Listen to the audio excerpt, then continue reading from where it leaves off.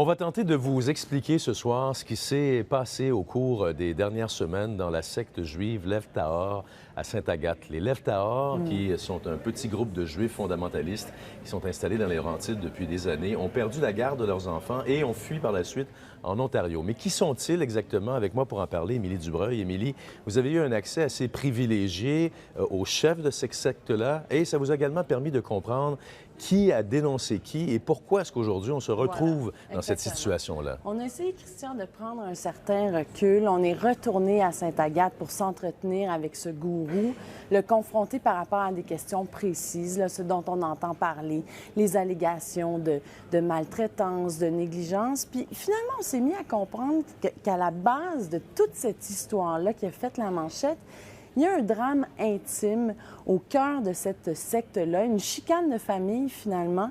L'un des fils du gourou, donc Shlomo Elbranz, a décidé de quitter le groupe paternel et a surtout décidé de dénoncer ce qui se passait chez son père. Voilà. On écoute votre reportage. Merci, Émilie. Je vous en prie. Shlomo Elbranz est angoissé. Le chef des Lev Tahor a l'impression que le mauvais sort s'acharne sur lui.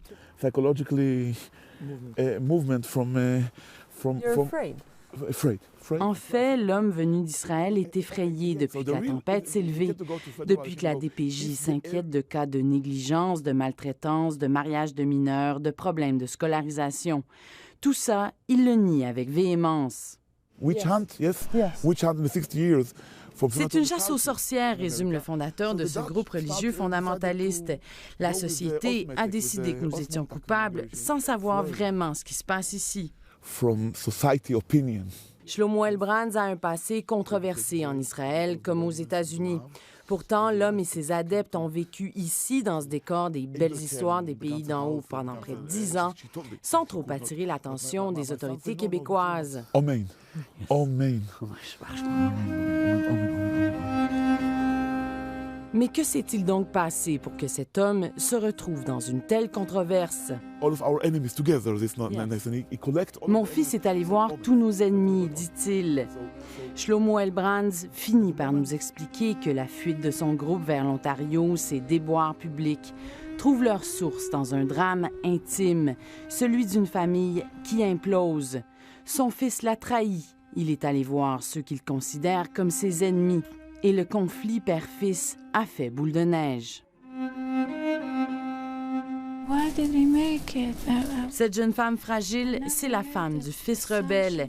Avec lui, elle a eu 5 enfants, dont le plus jeune a à peine 1 an. Depuis que le fils d'Elbranz a quitté le groupe, Anna vit avec d'autres femmes de la communauté. Nous nous sommes chicanés. De toute façon, il se chicanait avec tout le monde, se souvient-elle. Il s'est vengé. Il est allé en Israël. Le fils rebelle de Shlomo Elbranz a trouvé de nombreux interlocuteurs là-bas. Des gens qui s'inquiètent de ce qui se passe à Sainte-Agathe. Parce qu'en Israël, d'où ils viennent, on n'aime pas les Lev Tahor. Entre autres parce que les disciples d'Elbranz viennent de familles non pratiquantes, libérales, et leurs proches ne comprennent pas pourquoi ils ont quitté leur famille et embrassé un mode de vie hyper religieux. La télévision israélienne a d'ailleurs fait de nombreux reportages sur le sujet. Certains détracteurs d'Elbranz ont même manifesté il y a quelques mois devant l'ambassade canadienne à Tel Aviv, persuadés qu'Elbranz et son groupe négligent les enfants. Il faut dire qu'Elbranz a une feuille de route plutôt inquiétante. Au début des années 90, il a été condamné aux États-Unis pour avoir embrigadé dans son groupe le fils de cet homme. L'enfant était alors mineur. Il a lavé le cerveau de mon fils. Le rabbin exerce un contrôle total sur ses fidèles, ajoute le père du jeune homme kidnappé. De retour au Québec, le fils rebelle va demander de l'aide aux organisations juives de Montréal. Des gens qui ont fui la secte l'an dernier et cette année même aussi, et qui ont approché nos services sociaux de la communauté juive pour nous faire part d'allégations très sérieuses à l'effet de sévices, de négligence. Et les services sociaux juifs ont interpellé la DPJ des Laurentides qui a décidé de placer les 5 enfants d'Anna et du fils d'Elbrands dans une famille juive d'Outremont cet été.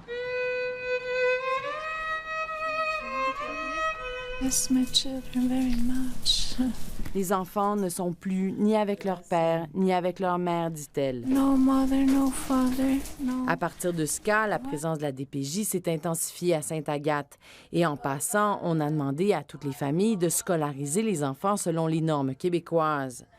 On connaît le reste de l'histoire. Les parents ont paniqué, ils ont quitté vers l'Ontario.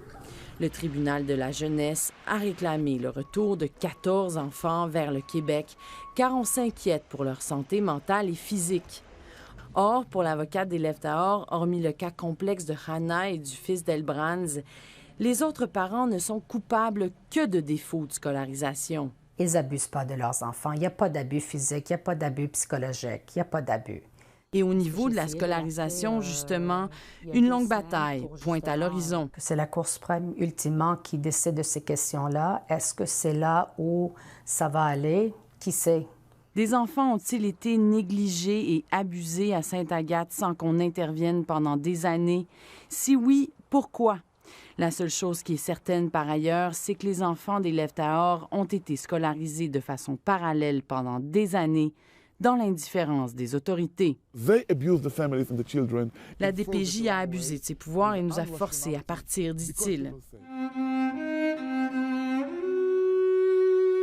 Au-delà de ces questions qui concernent maintenant les tribunaux, la bataille la plus ardue d'Elbrands demeure celle qu'il devra livrer contre son ennemi le plus puissant, son fils dissident.